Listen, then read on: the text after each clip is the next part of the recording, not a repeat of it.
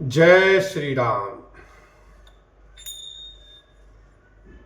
विषयी साधक सिद्ध सयाने, त्रिविध जीव जग भेद बखाने।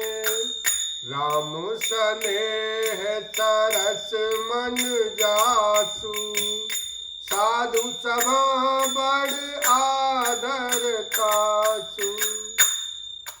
विषयी साधक और ज्ञानवान सिद्ध पुरुष, जगत में ये तीन प्रकार के जीव वेदों ने बताए हैं। इन तीनों में जिसका चित्त श्री राम जी के स्नेह से सरस सरोवर हो रहता है, साधुओं की सभा में उसी का बड़ा आदर होता है। सोहन राम प्रेम बिनु ज्ञानु, करण धार बिनु जिमि जल जानु। मुनि बहु विधि विदेहु समुझाए, राम घाट सब लोग नहाए। श्री राम जी के प्रेम के बिना ज्ञान शोभा नहीं देता, जैसे कर्णधार के बिना जहाज। वशिष्ठ जी ने विदेह राज जनक जी को बहुत प्रकार से समझाया। तदनंतर सब लोगों ने श्री राम जी के घाट पर स्नान किया। सकल शोक संकुल नर नारी, शोभा सरु बीतेउ बिनु बारी। पशु खग मृगन न कीन आहारू, प्रिय परिजन कर कौन विचारू। स्त्री पुरुष सब शोक से पूर्ण थे। वह दिन बिना ही जल के बीत गया। भोजन की बात तो दूर रही, किसी ने जल तक नहीं पिया। पशु पक्षी और हिरणों तक ने कुछ आहार नहीं किया। तब प्रियजनों एवं कुटुंबियों का तो विचार ही क्या किया जाए। दो समाज निमिराज, रघुराज नहाने प्रात। बैठे सब बट बिटप तर, मन मलिन कृत गात। लखन सिया राम जय जय राम। निमिराज जनक जी और रघुराज रामचंद्र जी तथा दोनों ओर के समाज ने दूसरे दिन सवेरे स्नान किया और सब बड़ के वृक्ष के नीचे जा बैठे। सबके मन उदास और शरीर दुबले हैं। जे महिषुर दशरथ पुरवासी, जे मिथिलापति नगर निवासी।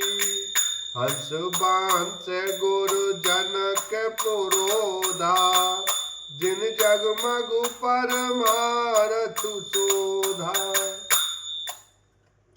जो दशरथ जी की नगरी अयोध्या के रहने वाले और जो मिथिलापति जनक जी के नगर जनकपुर के रहने वाले ब्राह्मण थे, तथा सूर्य वंश के गुरु वशिष्ठ जी तथा जनक जी के पुरोहित सतानंद जी, जिन्होंने सांसारिक अभ्युदय का मार्ग तथा परमार्थ का मार्ग छान डाला था। लगे कहन उपदेश अनेका, सहित धर्म नय विरति विवेका। कौशिक कही कही कथा पुरानी, समुझाई सब सभा सुबानी। वे सब धर्म नीति वैराग्य तथा विवेक युक्त अनेकों उपदेश देने लगे। विश्वामित्र जी ने पुरानी कथाएं इतिहास कह कहकर सारी सभा को सुंदर वाणी से समझाया।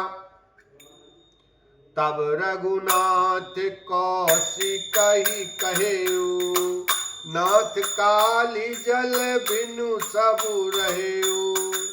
मुनि कह उचित कहत रघुराई, गयौ बीत दिन पहर अढ़ाई। तब श्री रघुनाथ जी ने विश्वामित्र जी से कहा कि हे नाथ, कल सब लोग बिना जल पिए ही रह गए थे, अब कुछ आहार करना चाहिए। विश्वामित्र जी ने कहा कि श्री रघुनाथ जी उचित ही कह रहे हैं, 2.5 पहर दिन आज भी बीत गया। ऋषि रुख लाखी कहते रघुराजू, यहाँ उचित नहीं असन अनाजू। कहा भूप बल सब ही सुहाना, पाई रजाय सुचले नहाना। विश्वामित्र जी का रुख देखकर तिरहुतराज जनक जी ने कहा, यहाँ अन्न खाना उचित नहीं है। राजा का सुंदर कथन सबके मन को अच्छा लगा। सब आज्ञा पाकर नहाने चले। तेहि अवसर फल फूल दल मूल अनेक प्रकार, लई आए बन चर विपुल भरी भरी कांवरी भार। लखन सिया राम जय जय राम।